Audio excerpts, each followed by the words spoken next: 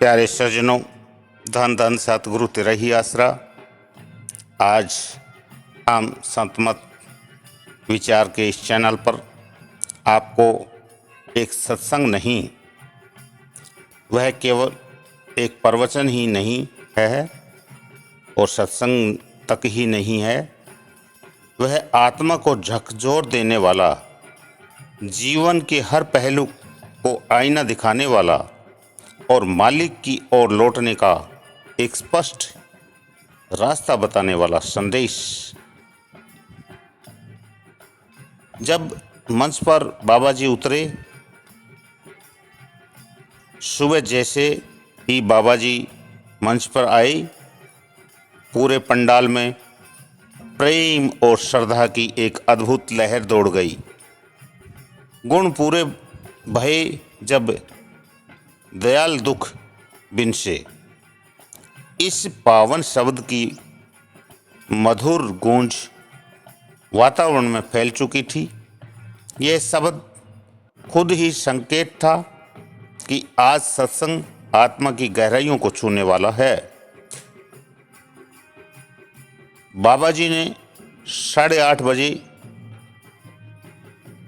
सत्संग की शुरुआत की और एक ऐसी वाणी पर प्रकाश डाला जो हर एक साधक को भीतर से झकझोर गई। दिल का हुजूरा साफ कर जाना के आने के लिए। मन का कमरा क्या साफ है? बाबा जी ने समझाया कि हम बार बार वाणियाँ पढ़ते हैं, शब्द सुनते हैं, लेकिन जब तक मन साफ नहीं होता, जब तक अंदर का कोना यानी दिल का हुजरा साफ नहीं होता, जब तक मालिक टिकता नहीं।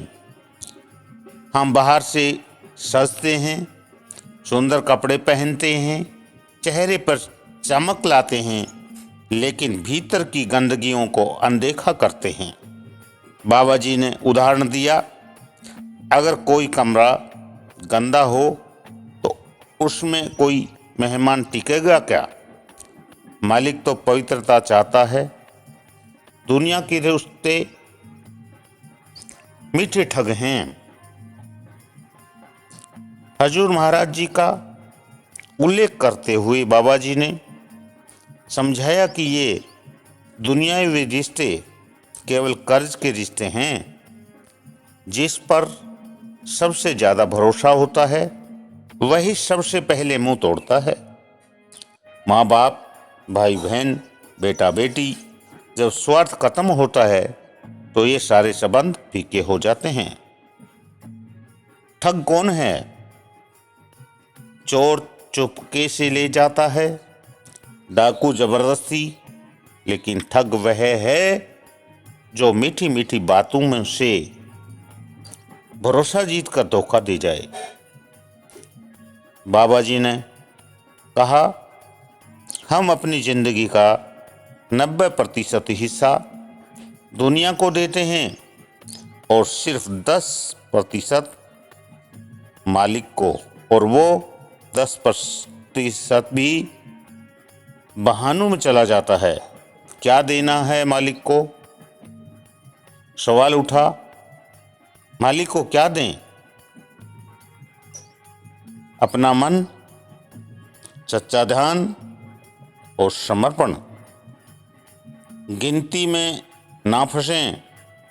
कितना सुमिरन किया, कितनी बार किया, इससे नहीं होगा। श्रद्धा और भाव से किया गया ध्यान ही फलदायक होता है। एक मालिक, एक राह। बाबा जी ने स्पष्ट किया, मालिक एक है, राह एक है और हम सब उसी के बच्चे हैं। हम दुकान की तरह संतों की तस्वीरें टांग देते हैं, ये सोचकर कि जो ना सुने तो दूसरा सुने, लेकिन मालिक एक है और हमें उसी से जुड़ना है। हम अपने आप को बच्चा कहते हैं, लेकिन किसके? उसी असली पिता के जिसने हमें जीवन दिया है, उसी के साथ रिश्ता जोड़ो। जीवन एक रंगमंच। तुलसी साहब कहते हैं, यह संसार एक तमाशा है, एक रंगमंच जहां पर किसी को किरदार निभाने भेजा गया है। पर्दा गिरा कि नहीं कि बाप बेटा बहन भाई सब संबंध खत्म, शरीर नहीं रहता, यह शरीर भी नहीं रहता, तो फिर क्यों हम इन्हीं में उलझे हैं। कर्म आत्मा का वस्त्र है। बाबा जी ने कहा, कर्म ही वस्त्र हैं जो आत्मा पर चढ़े हैं, जैसे जैसे कर्म वैसे वैसे शरीर। लेकिन यह जीवन का मौका है आत्मा को इस बंधन से मुक्त करने का। अगर हम इस जीवन को यूं ही इच्छाओं में गंवा देंगे तो यह अवसर व्यर्थ चला जाएगा। जन्म मरण का चक्कर और आत्मिक साधना, जब तक आत्मिक साधना नहीं करेंगे यह चक्कर चलता रहेगा।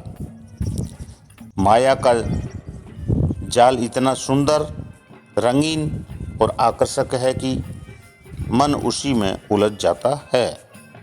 हम मालिक से पूछते हैं, हमें क्यों भेजा? पर क्या हमने कभी खुद से पूछा, हमें विवेक क्यों दिया? हमें सोचने समझने की शक्ति मिली है, जानवरों में नहीं होती। हम अच्छे बुरे में फर्क कर सकते हैं। हर कदम मायने रखता है। बाबा जी ने कहा, हमारा हर कदम या तो हमें मंजिल की ओर ले जा रहा होता है या हमें भटका रहा होता है। इसलिए ज़रूरी है कि हम अपने अंदर झांकें, पूछें कि क्या मेरा ध्यान मालिक में लगा है। अंत समय में जिस ओर ध्यान होगा वही लेने आएगा, या तो संसार या फिर मालिक। माया शांति कहाँ है? माया से मिलने वाला सुख क्षणिक है, कुछ समय बाद वही सुख दुख में बदल जाता है। सच्ची शांति कहाँ है? वो भीतर की स्थिरता में है। जब मन स्थिर हो जाएगा तभी संतोष मिलेगा। शुक्रगुजार बनो, शिकायतें छोड़ो। बाबा जी बोले, मालिक जो देता है सोच समझ कर देता है। अगर हम दिए हुए का आदर करेंगे तो जीवन का उद्देश्य पूरा हो जाएगा। जिस दिन हम सच्चे दिल से शुक्रगुजार हो जाएंगे उस दिन से मालिक हमारी हर जिम्मेदारी खुद उठाएगा।